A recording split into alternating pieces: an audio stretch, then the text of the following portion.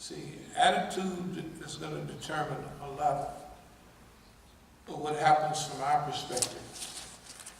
And since it's our attitude, we can choose which one we're going to have. A good, healthy, wholesome attitude about all of this. It don't make no difference. Look, whatever go on, we got it as good as anybody in the world. We're right here putting this stuff on these things right here. We're not hungry. Nobody here is hungry. And the worst thing that happened to me is I got beat upside the head. How many niggas got beat upside the head last week at the police stations around the country? A whole bag full, right? So, nothing happened to me abnormal. Nothing. Actually, I'm just about happy as I can be. Because that's as far as they can go without just being out in the open, right? Too far out in the open. Hey man, this is all sweet. So,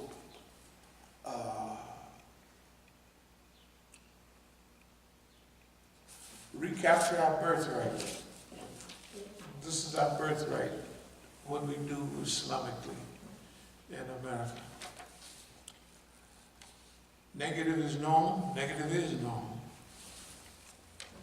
Most people think negative, hope negative, breathe negativity. They push negativity. But we got too many things going. The world, it's not only opiates, climate change, artificial intelligence, all the things that people need, the things that need solved will not be solved as long as there's money in it. So the thing we have to remove is the money and substitute a higher form of motivation. That's possible. That's what possibility thinking is. Okay. We don't have to talk anymore about nonviolent resistance, but are there any questions or any comments so far? We just will not be provoked, that's all. We're not going to be provoked by,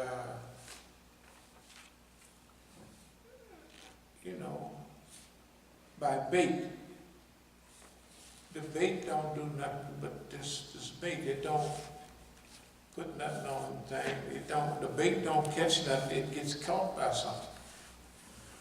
Those people, they've missed their calling. If I would mention anything, it would be nonviolent resistance. But remember, alternative resistance. This is a big opportunity. And I'll actually close with this. If you have opportunities, why not take them? If it's a small chance, is one thing. But what about nobody even expected to see you in the Super Bowl, and there you are?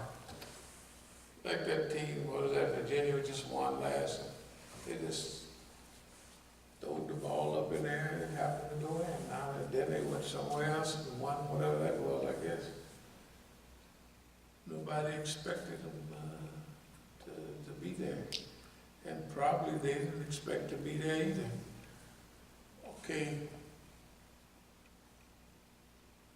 If we would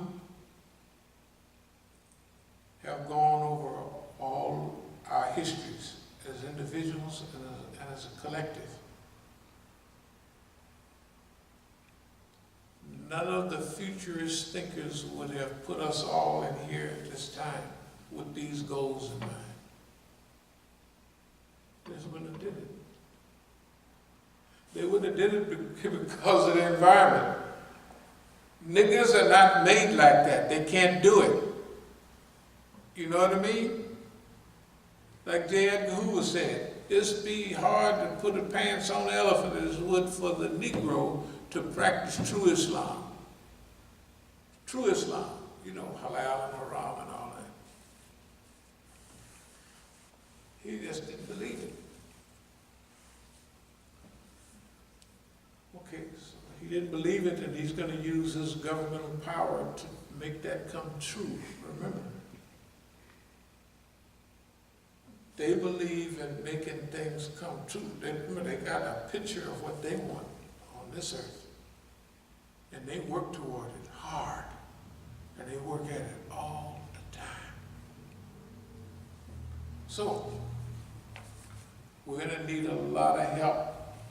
Now, I'll close with this. Since Allah made us and them and the environment, our only alternative is to call on Allah. Do you think we're far-fetched enough to think that we can sit here and sell wolf tickets to the white man just because we write all the time? This takes divine intervention. All of this is predicated on divine intervention. By Allah's hand being on this. Sometimes, one of the biggest things is to be amongst your people, and for them to know this, and for you to know this, and everybody to know this, and they just sit there and watch. And it takes a lot of, that takes more. That takes a lot of everything. It gets to, when will there be an awakening? You could almost ask, will there be an awakening? How much information does it take? Or are we wrong? Is our goals wrong? Or are we inferior? Do the white man deserve to kill and murder everybody he does? To run them off the railroad track? Does a white man deserve that? Sometimes question. Well, if this stuff is halfway right, which we seem to think it might have some right, you know, there's certain mathematics involved. There's mathematics. Everything is a team effort. The bigger the team, the more efficient and effective. Then there's another thing. After complete clarification, when do the human mind, so I'm going to take a chance. I might as well take a chance. Everything is a chance. The people that don't want to take a chance,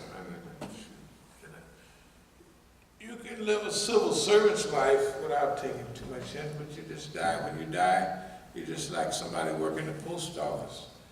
He just goes, drive around town a little bit and then dies.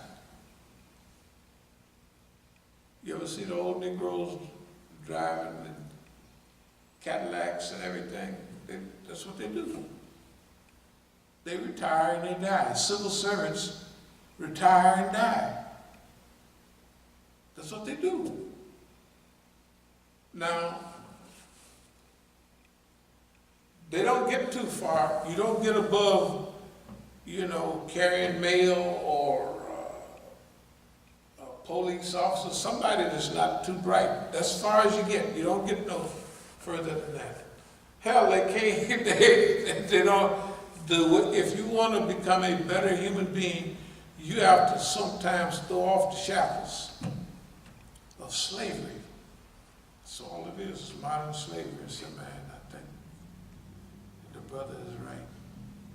And then if you're the type of person that you only ask for 10%, you know, we used to use this term, chicken shit. Boy, if a nigga can't give you 10% on the slide or something like that, that's what we used to call chicken shit. I mean, what else, you know, it's with everything there, like, it's damn near impossible for all this stuff to come true without some help coming from somewhere.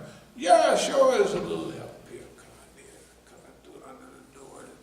But there comes a time when it takes big help. 4 or 5 people can change the world. There's no doubt about that. They can affect things that us. Okay, are there any questions or any comments? Yeah, actually, I had a question. So I was wondering, like, why is it always seems like it oftentimes seems like with any type of group, let's take the Muslims, for example.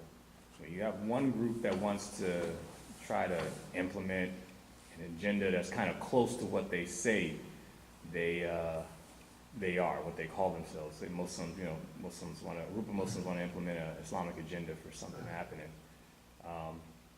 Why is it that people do, it seems to be historically and even now, why is it that it's always, let's say, the Muslims that seem to come out and force against it, against, say, an Islamic agenda? No, it's not, it's against right. If you want to come out, I don't care if you got a political agenda and you want to do right. That was one man back in Roosevelt's time. Henry Wallace, y'all ever heard of Henry Wallace? Henry Wallace was vice president, but in 1944, the Democrats got rid of him and brought in Truman. Because everybody knew that Roosevelt looked like he's ready to die, so we don't want him. Henry Wallace was what you'd call a good white man. He was very social in his approach. I mean, he really, he had a good human agenda. It's surprising he ever got that far. It's just shocking. When you listen to him, when you watch what he did, you can see it if you can get on there. It's Untold American History. You ever seen that? I think I've heard of it. Yeah, Untold American History. Yeah, it's, yeah, if you watch Untold American History, you would see, his name was Henry Wallace. He was vice president, and he used to be secretary of something or other during the Roosevelt administration. In fact, he was with Roosevelt all the time from 32 all the way up. He was a good man. But all the Democrats, they did the crookedest things to make sure he didn't get in there, because the world would have been altogether different if he would have got in. No Cold War, no this, no that. So now, about agendas. And whether it's Muslims or non-Muslims, if you look in America, if you look around the world, they have, let's say, Ikhwan al-Muslimin, they have Jamaat Islami, Pakistan, they have, okay. So what has happened with the Muslims is the Muslims have adopted groupism and regionalism over Islam. If you notice, like, we tried to tell Ikhwan when they came over here and visited Obama, hey man, you gotta watch out. They just looked at us like, this is nigga, and you don't know nothing about none of this.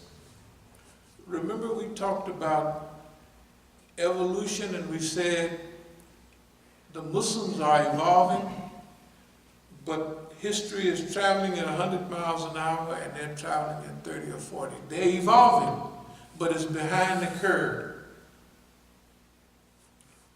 Right here in America, like one of the Imams out in one other place, I ain't gonna call his name. Remember the brother I was telling you about that I was supposed to make an announcement at his Masjid? And he said, oh no, Then he wrote it on the wall. I came back the next time.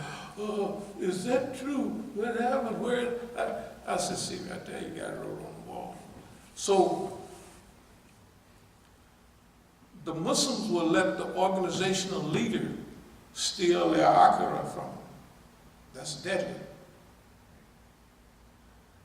The Muslims in America right now are more concerned with their group than they are with Islam. That's why we have what we have. But remember, on the Day of Judgment, Allah's going to be there. These people ain't going to be able to help us. That's why our whole agenda is pointed toward Islam. Therefore, you will be isolated, cut off, and everything else. But remember, all of this stuff is coming to a head. Remember, we talked about Julian Assange, we talked about the Muslim groups and organizations, we talked about Donald Trump, Netanyahu. All of that is like a combination of things. One day soon, and we don't know when, that's when Sabr comes in. As-Sabru Jamilan, a beautiful patience. That all that stuff is like a combination, like it's going to click and everything, everybody will see everything. It's clear. Didn't it happen during the colonial period and the civil rights period? During the 50s, we was like back in there, I don't know what we was thinking about. They call the 50s the golden 50s here in America. You know, the roaring 20s, the golden 50s, the war 40s. Out in California, it was nice. It was actually nice. Although we was oppressed, but hell, we was less oppressed in California than down in Dixie, because we all came from the South, right? Can you imagine you out there?